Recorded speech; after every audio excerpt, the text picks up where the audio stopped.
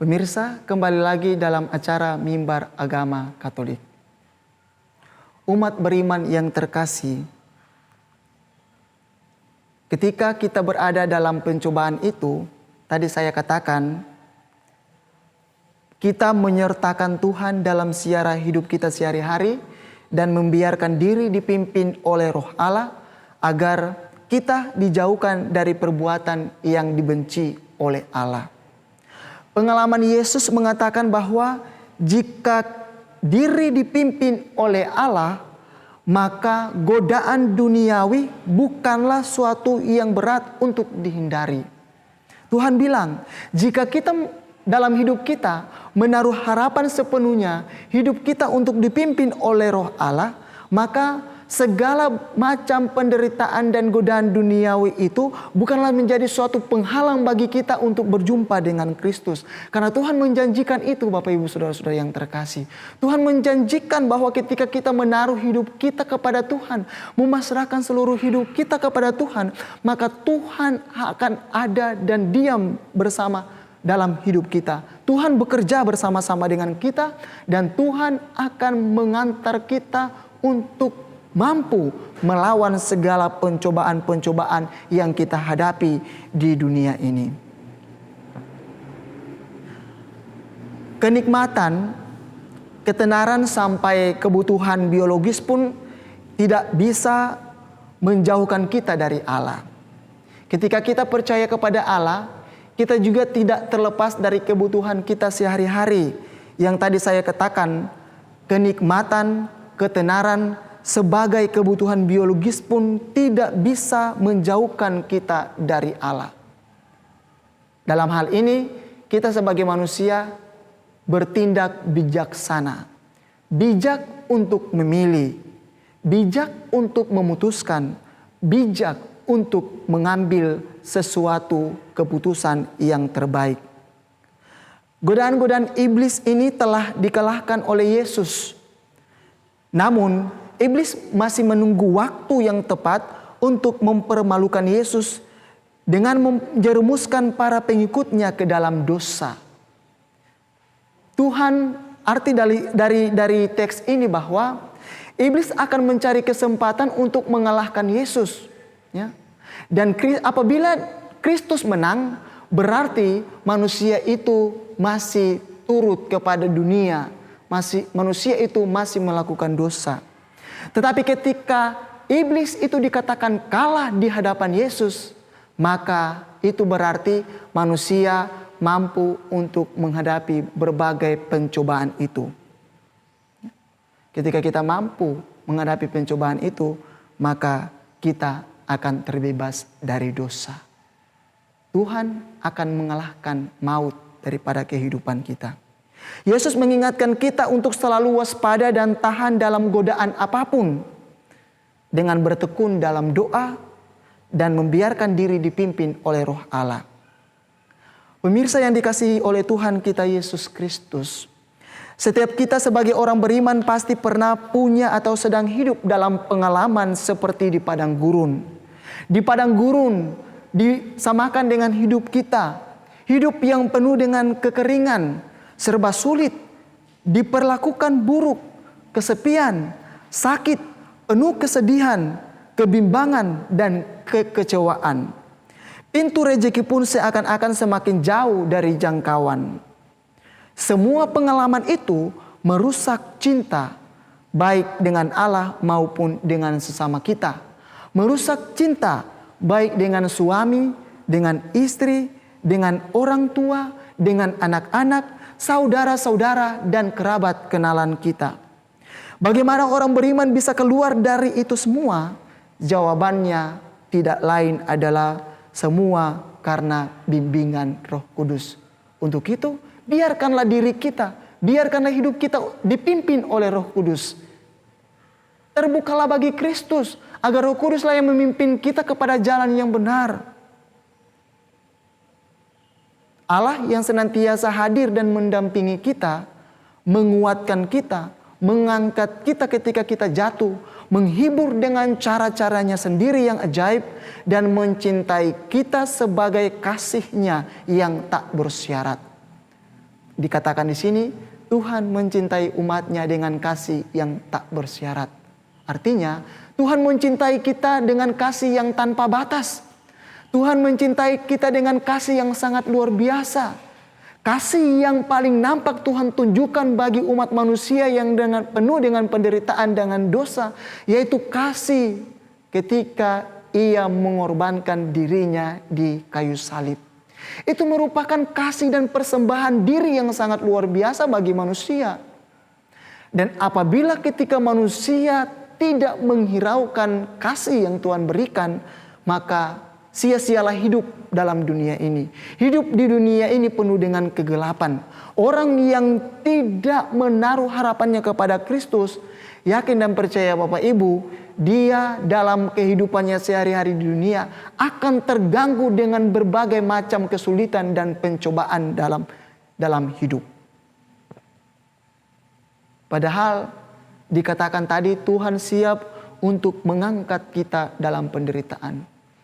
Tuhan katakan, jika engkau menangis, aku akan menghibur engkau. Jika engkau lapar, aku akan memberikan makan kepadamu. Jika engkau tidak punya pakaian, aku akan memberikan pakaian kepadamu. Segala sesuatu Tuhan sudah sediakan bagi kita. Tetapi, apa yang kita persiapkan kepada Kristus?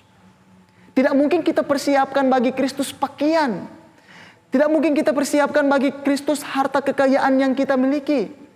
Tidak mungkin yang kita persiapkan bagi Kristus adalah apa yang kita punya dalam hidup ini.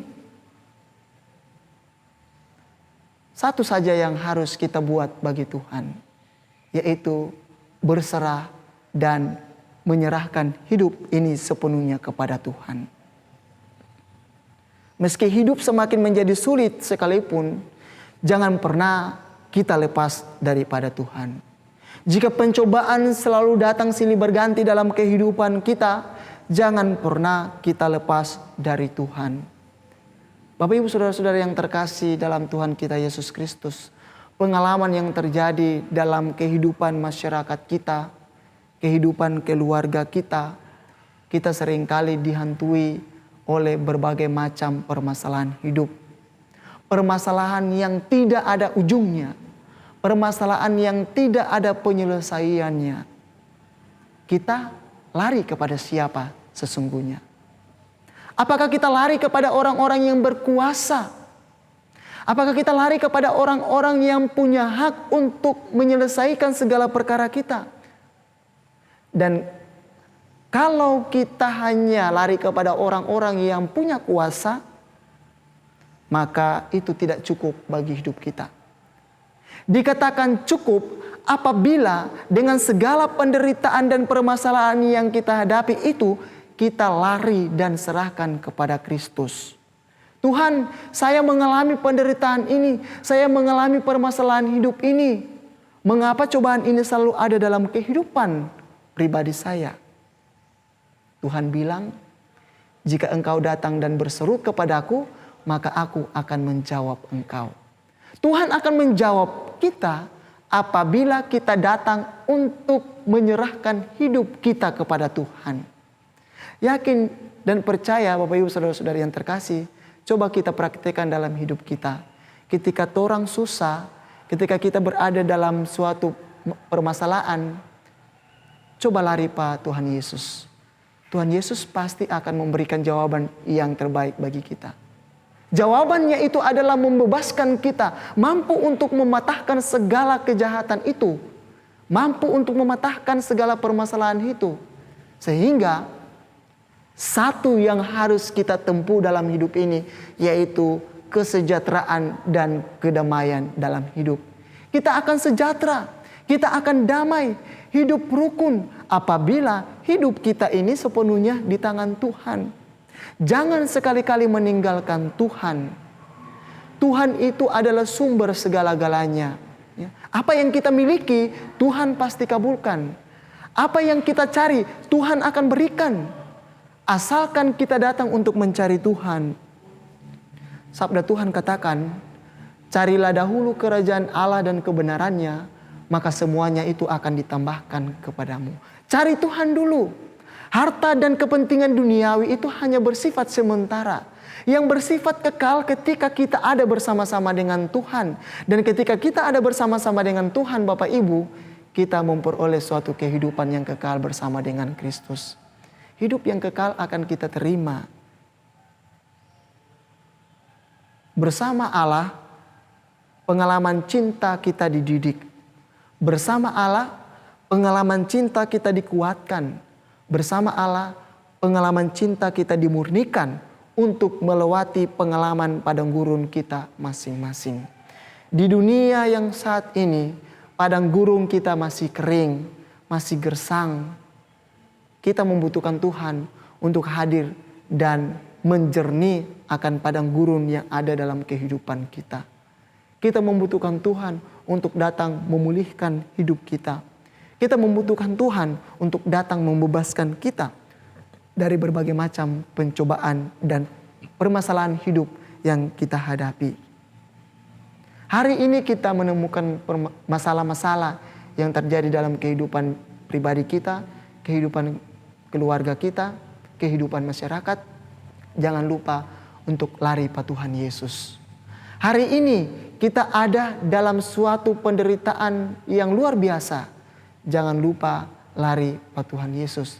Ketika kita berada dalam kesedihan tanpa ada penyelesaian, maka kita lari pada Tuhan Yesus. Karena ketika kita lari pada Tuhan Yesus, maka segala sesuatu itu menjadi mungkin. Mungkin bagi Kristus, mustahil bagi manusia, tetapi tidak ada mustahil bagi Tuhan. Bagi Tuhan, sesuatu itu merupakan sesuatu, apa yang kita miliki, kebutuhan yang kita miliki merupakan sesuatu yang berguna bagi hidup kita. Justru itu yang menjadi pola yang memberikan nyawa bagi hidup kita.